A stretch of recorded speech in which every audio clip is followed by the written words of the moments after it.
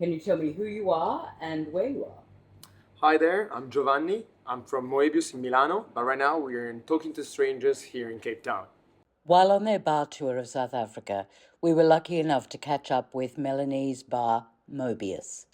Just before they started their guest shift at Talking to Strangers bar in Cape Town, head bartender Giovanni Allario showed us how to make a classic Mobius cocktail, the Pesto Martini.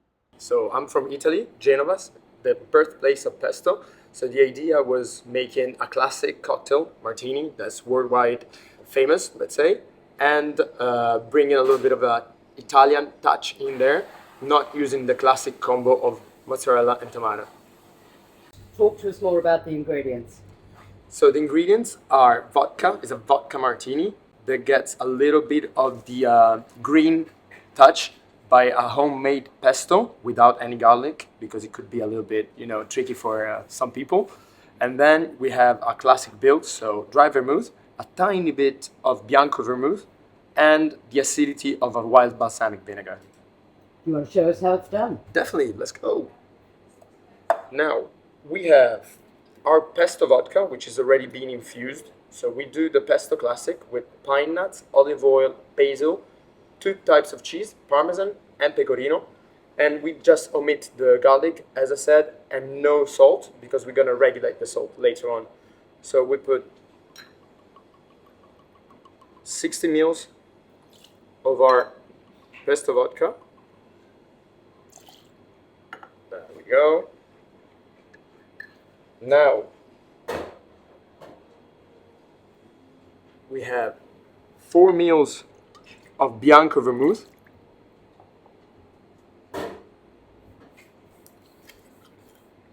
and 10-12 ml of our dry vermouth. There we go. As I said, some white balsamic vinegar. The acidity is going to bring up the flavors and help all the cocktail shine. There we go. And now, as I said, we're going to add the salt so we can regulate later. Right now is the moment. There we go. Some salt solution, 1 to 10. The cocktail is ready. We just need to stir it down a little bit with some ice. For dilution temperature, you know how it goes with martinis. There we go. Stir it down really well. Bring down the temperature. It's my way to do it.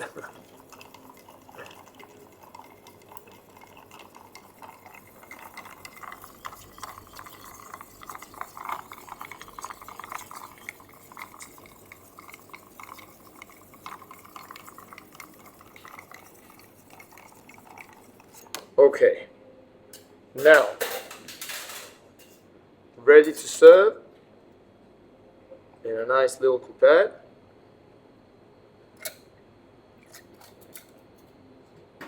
Normally, a martini right now would have some lemon zest or olive, but what we do is that we serve the drink with some Parmesan cheese on the side, so you're gonna have more fat and more saltiness going into the way you drink it.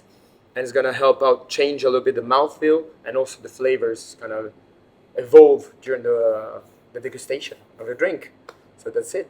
Pesto Martini.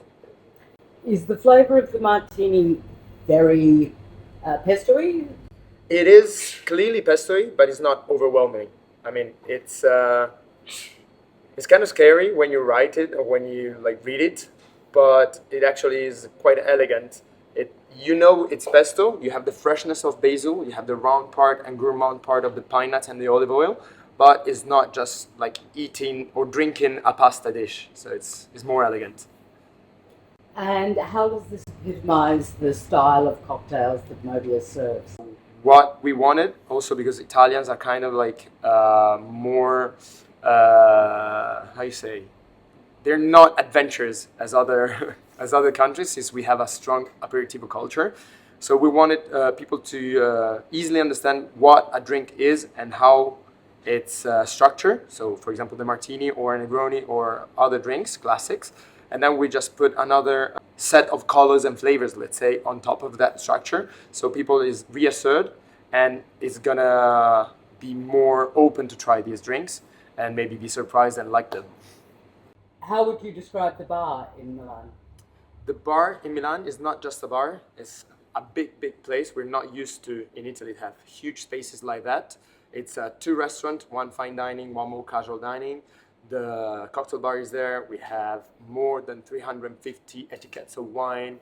And also we do live music on Sunday, Monday, DJ sets on Thursdays, and we also have a vinyl record shop corner. If people were trying to infuse their vodka with pesto at home, are there any tricks? Or is it fairly straightforward? It's quite straightforward. Just take the pesto, dilute it into the vodka or the spirit of your choice, let it rest 3 hours at room temperature, and then goes to the freezer. So like that, all the solids and the olive oil can solidify again, and then you can strain it. So easy. What has the reaction from guests been to this drink? Are they surprised by it? They're definitely surprised, and most of the times they're positively surprised. So they would expect something less elegant, as I said, but it's this tastes like pesto, but it's a delicious drink and not just like eating with a pesto with a spoon, you know. So they're pleasantly surprised mostly. And of course, sometimes people complain about the fact that the drink is strong, but it's a martini. That's what you want. It's cold booze basically. So that's what it is.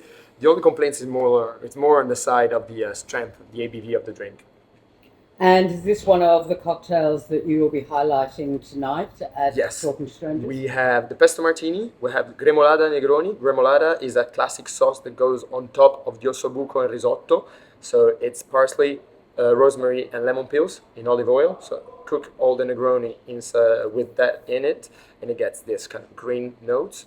Another one is the Din Tai Fung Manhattan, inspired from cucumber salad, Asian cucumber salad. So you have the toastiness and a little bit of the savory side of the soy sauce in it.